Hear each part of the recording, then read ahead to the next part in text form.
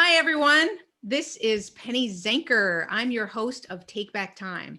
And on this show, I'm searching high and low for some of the best people who are going to help you to work smarter, because at the end of the day, you don't want to work harder. You don't want to do more, right? We want to achieve more in less time. So I'm really looking for those people who are going to help you do that. And today I have a special guest. Julie Bestry is here, and she's a certified professional organizer. So watch out. She's going to get us organized here. And I have to say that even though I talk a lot about time management and it tends to be a lot about organization, squirrel, I can really get distracted easily. I can be clutter filled. And so we need to get some tips from Julie. And I know that I put structures in place because it's a necessity. So that means for you guys too, for various different reasons. And she's now in her 20th year in business, and her company's called Best Results Organizing in Chattanooga. And she'll tell us more about her as we go along. So hi, Julie, welcome to our show. I'm so glad to be here. Thank you, Penny. So just tell us up front, why you're an organization freak? Why? Well, I used to work in television, and television industry is it's fast paced, it's kooky, and if you don't have your resources to get on everything on the air at the right time, you've got dead air. You've got a black screen. People at home don't know whether their TV just blew up or somebody's goofed up at the station. So it's really important to be organized. And as a program director at TV station, I found myself helping other departments sort of streamline and organize their resources, the traffic department, sales, so everybody could talk to one another. And I eventually just found that was the more interesting part of what I was doing than, as much as I love television, I found that working for myself and not having angry phone messages on Monday morning because somebody didn't like which football game we were playing on Sunday, I could let that part of it go. Absolutely. Isn't it funny how what we are most meant to do, it finds us, right? So just naturally you were doing that, and then you ended up coordinating across multiple groups, and right, it just what we do naturally then naturally attracts. Absolutely. And right around 9/11 is when I left the television industry. There were a lot of my syndicators, my people we worked with who were up in the air that day. It was really stressful. A lot of people right after that left the industry. And I was trying to figure out what I was going to do next. And within the course of about a week, I found out about professional organizing as an industry. And totally unrelated, my best friend from college bought me a present. She bought me a label maker. And I thought, okay, that's a sign. That's a sign. That's a sign that I'm headed in the right direction.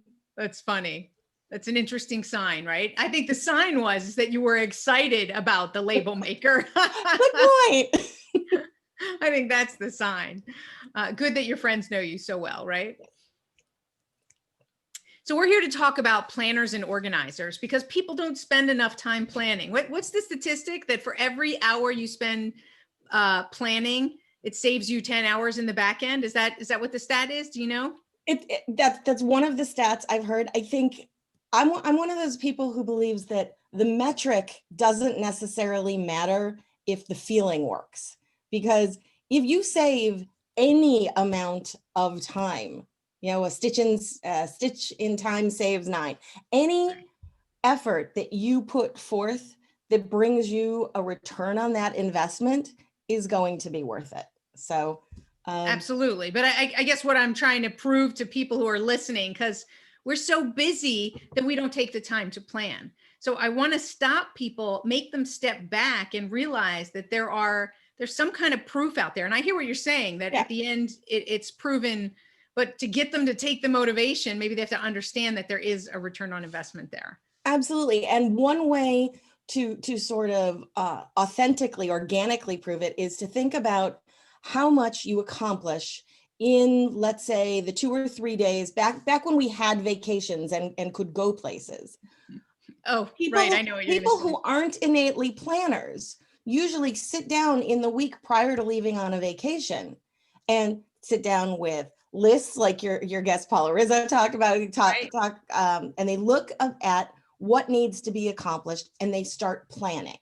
And usually, they might have a wall full of Post-it notes, or they have scribbles all over the desk. Maybe they have something online, but people who aren't even planners use paper planners. They use digital, they do something to plan their focus because they want to accomplish something. And they're like, wow, they get on that plane. Remember getting on planes? And they feel that sense of accomplishment. Right. And they feel relaxed because, right, that's why I went, because. And so whether you're planning so that you can feel that sense of accomplishment at the end of a day or the end of a week, or you're planning just so that you can feel like you're keeping your head and shoulders above the tide.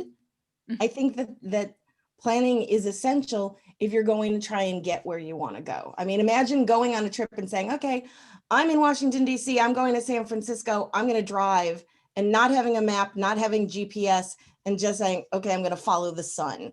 Well, it's only going to work so far, and then you're going to end up having cows blocking your path. Might happen anyway, but yeah, so it's totally true, and so important that we need to make that time. And I love the vacation analogy because it's so true that we get organized before the vacation because there's that much more motivation, right? Exactly. So that's an interesting thing. So tell us, we're going to talk about organizers a little bit, and there's different types of organizers and different reasons why we use organizers. So let's kind of go into sort of the types and the reasons. So in general, in the professional organizing field, we're often talking about them as planners because that's what you're doing with them. It's like whether it's a really basic calendar or something more complex. And so we go into all of these sort of weighing, okay, are we going to go digital and we're just going to have apps on our phone, or we're going to go with paper?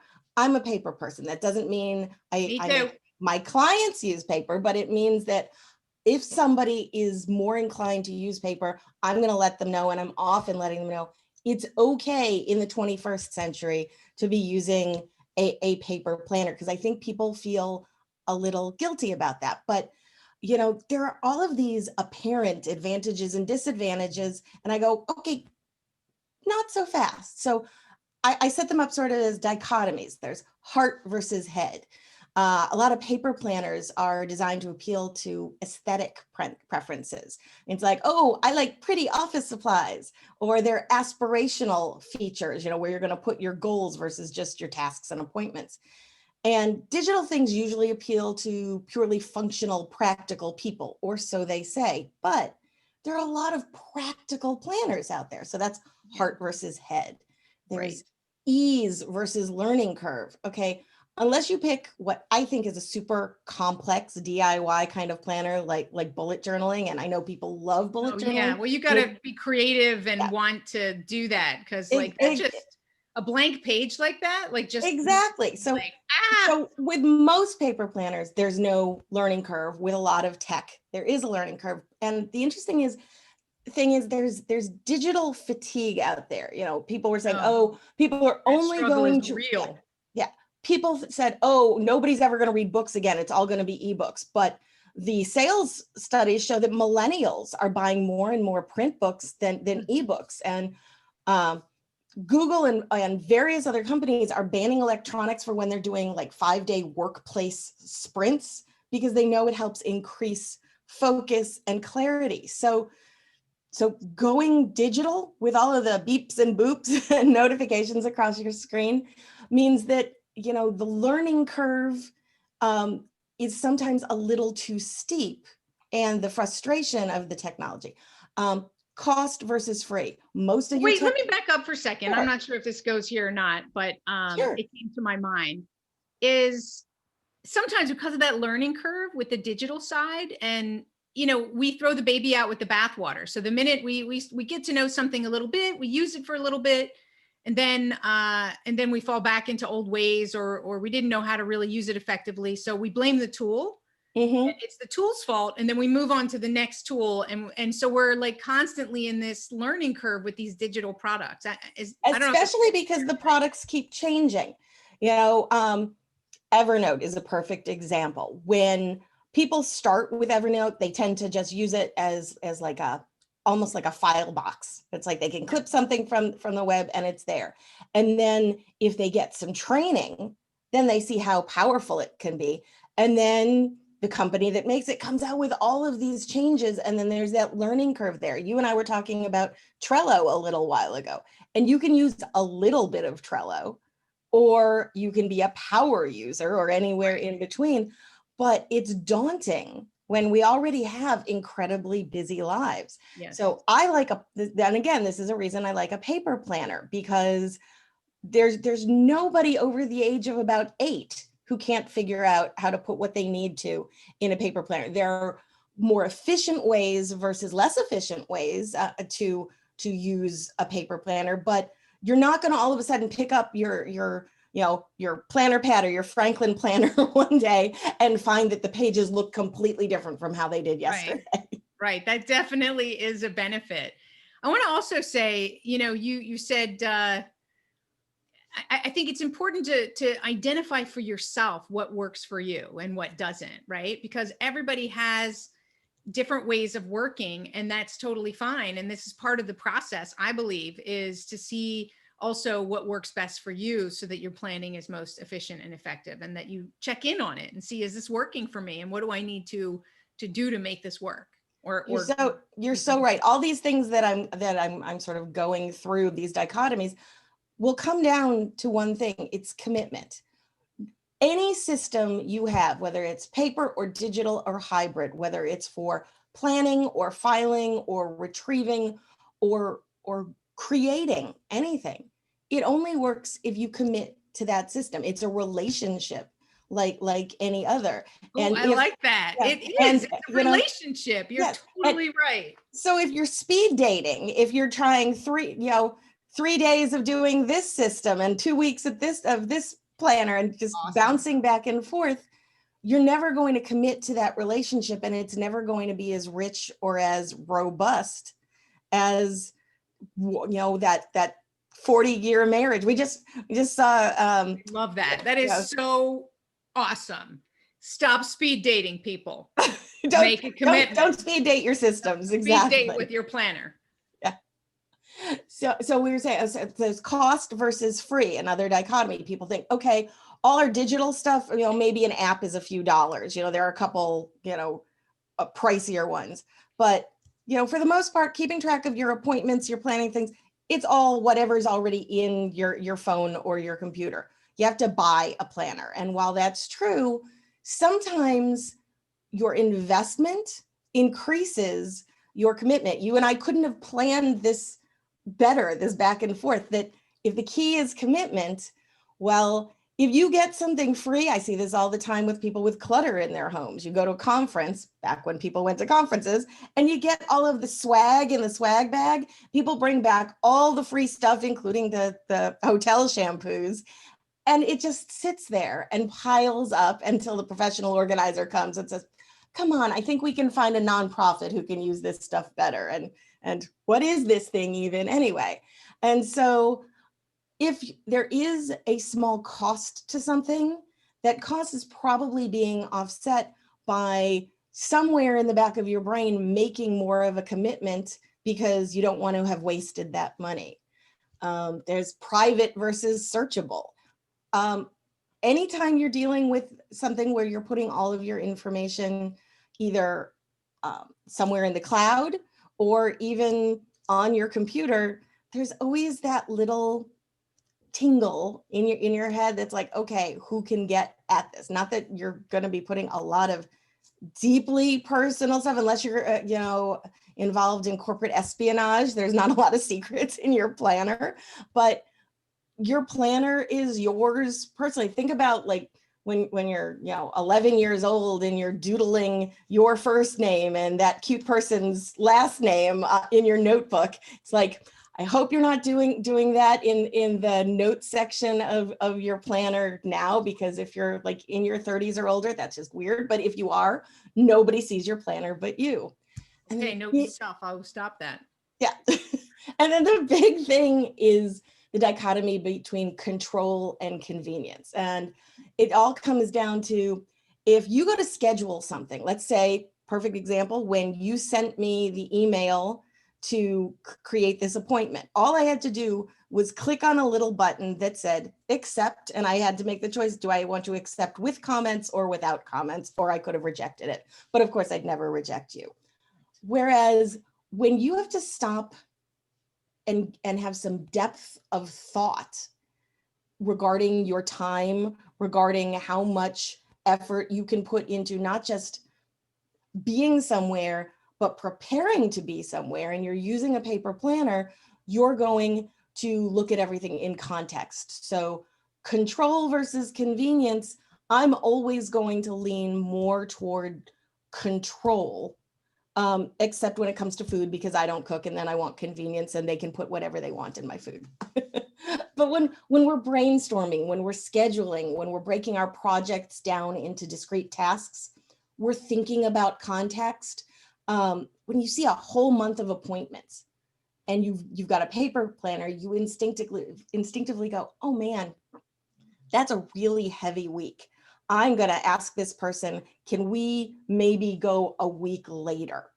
Whereas if all you're seeing is maybe a little accept or reject icon and it's going over on your calendar and you're not spending a lot of depth of time and effort in your digital calendar, which is the case I find for most people, you're going to find yourself sort of constantly responding to other people's needs instead of focusing on your own. So be quickly overbooked, right? Exactly.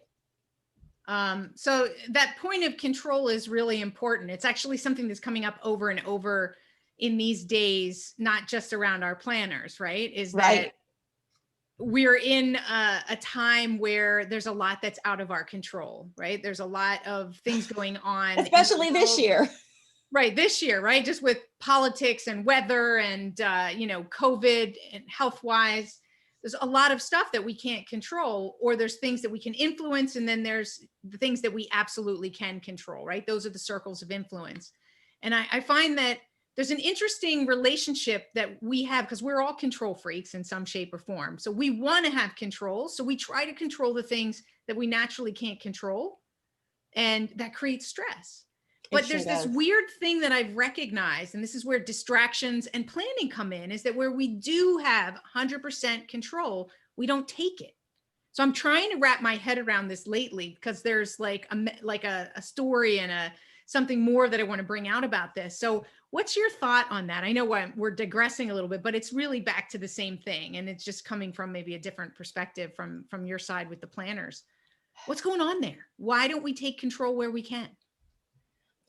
I think maybe we think we are controlling things, or maybe we don't believe we can. I think, in the year of 2020, it's easy to have 2020 hindsight, but when you're in the hole, it's hard. It's hard to dig yourself out. I think a lot of times we need something outside ourselves. I think this is one of the reasons why accountability buddies work so well, is because we can have everything written down in our planner. We can have our list of what our tasks are. We're really good at fulfilling obligations to other people. Okay. Yeah. So we cede control because we feel like if we are going to get where we need to go, we're going to fulfill our obligations to others. You and I had a plan to do this podcast. So whatever else was going on in my day today, I knew for a fact I was going to be sitting here with you. But without not only a good plan for my day, but also without that willpower and sort of stick-to-itiveness, everything that was about meeting my own goals could have gotten lost in the rabbit hole of going through social media or reading the news. So I don't think it's intentional on anyone's part. I think we end up ceding control because we're focused on what we are going to be perceived to have done, what other people are going to know we did. And we're so exhausted by that, then when we have an opportunity to let our guard down, we sort of just get grabbed and sink further into the morass of all of those interruptions. Right. It just brought me like with a really interesting point of view. So guys, I'm sorry, we're going shark deep here. But just for another moment, and then we'll come back up to the planning side. What you said was interesting. So, right, is that we cede our control because of our need and our desire to please others, right? And it's exhausting. And then we don't take it back because we're exhausted. So I don't know. I think that's a new insight for me. I have to mull that around and think about that, but that's really interesting.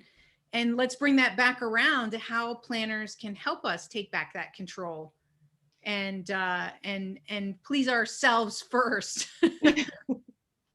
Well, I think it's partly figuring out the power that a planner can have.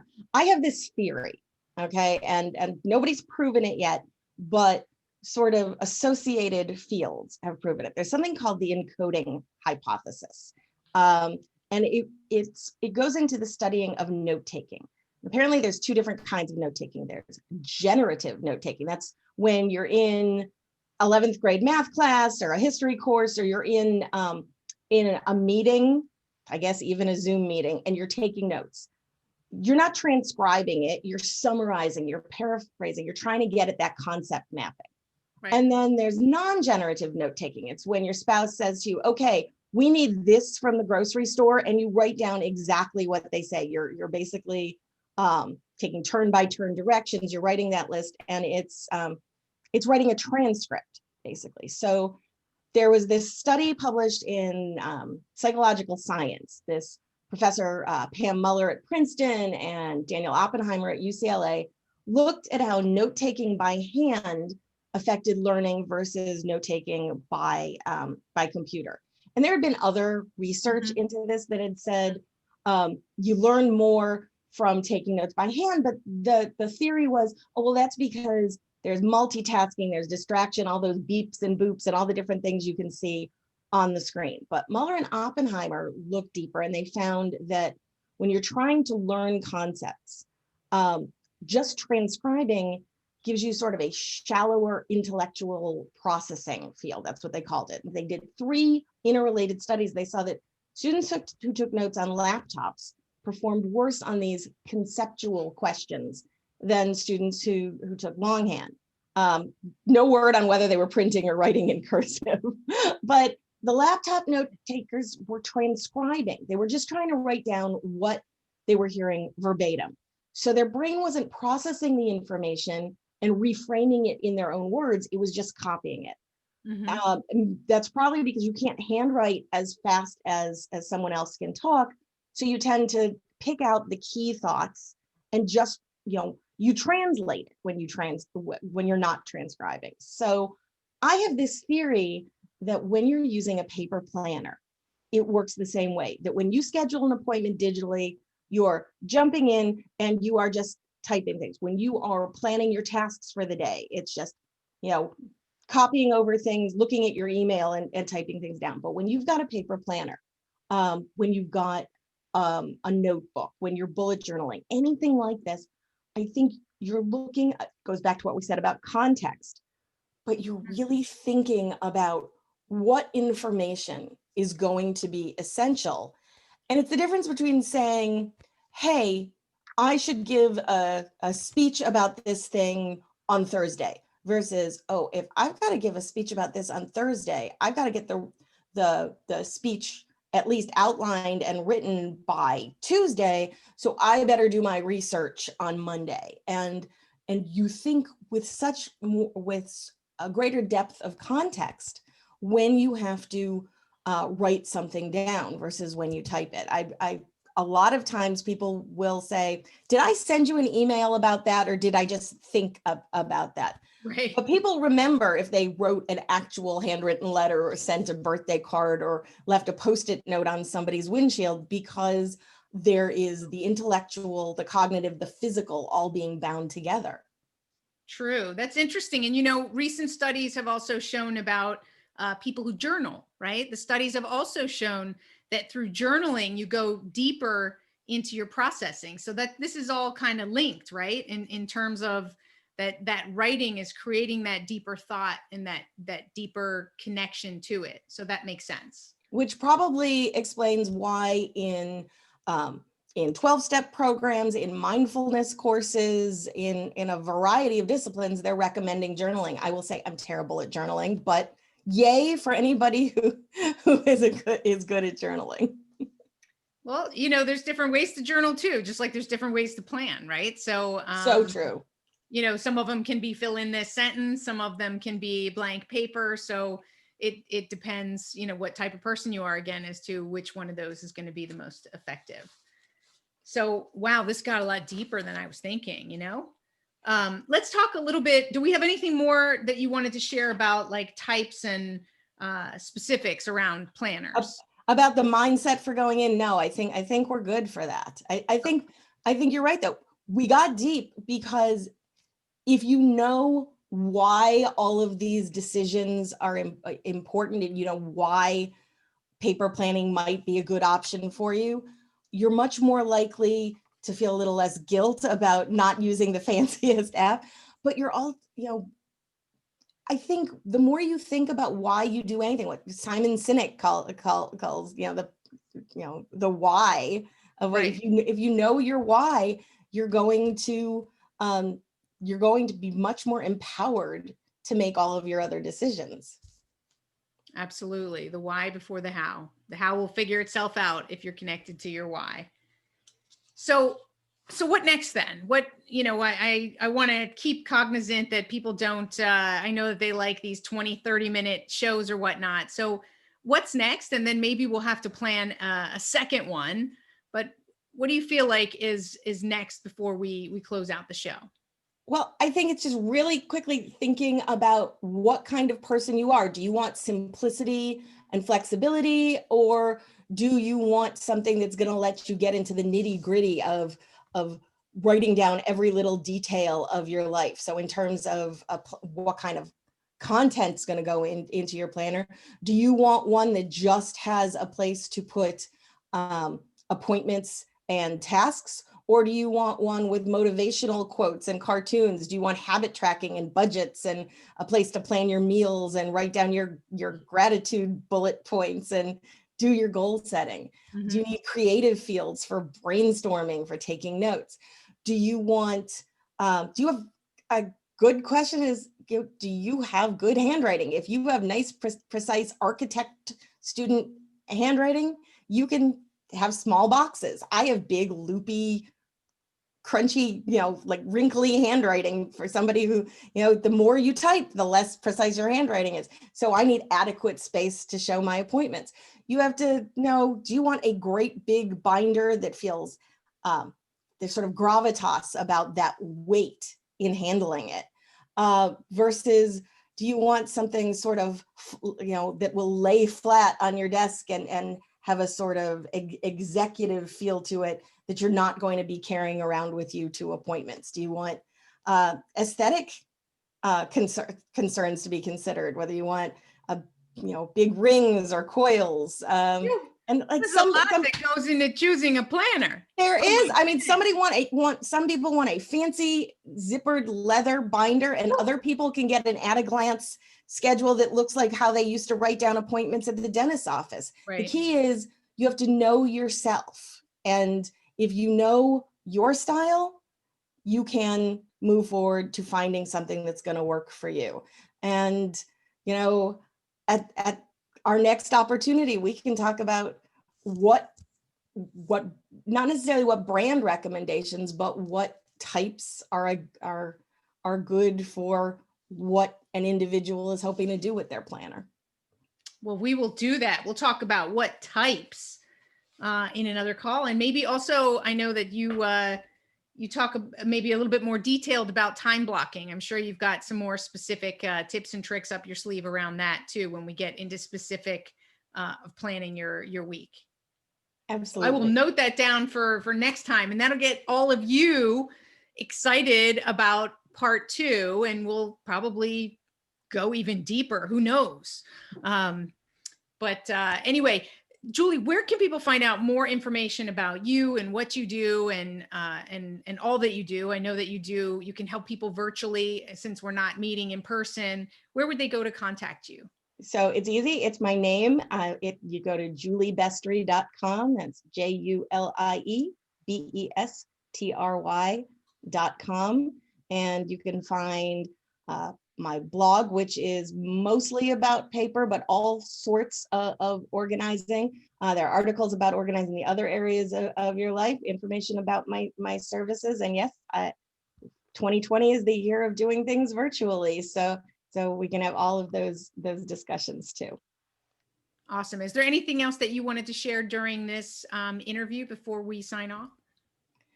I just want people to know that they can have, if they don't like to think of it as control, they can have mastery over their schedules. And for people who have had difficulty mastering their time, there really are there are solutions for you. And it all starts with, as we talked about, getting in that right mindset and knowing what works for you and what doesn't. So awesome. Well, thank you, Julie. I'm looking forward to having you back and doing a second interview, because I know we'll get into some more details as well. Thanks, Penny. This was great. So thank you all for being here, right? You got part 1 and you know that there's more. So I want you to keep scrolling or whatever you do as new episodes and get subscribed, so that when new episodes come out that you're going to be notified and be able to catch it right away. So my name is Penny Zenker, and this is Take Back Time. I'll see you in the next episode.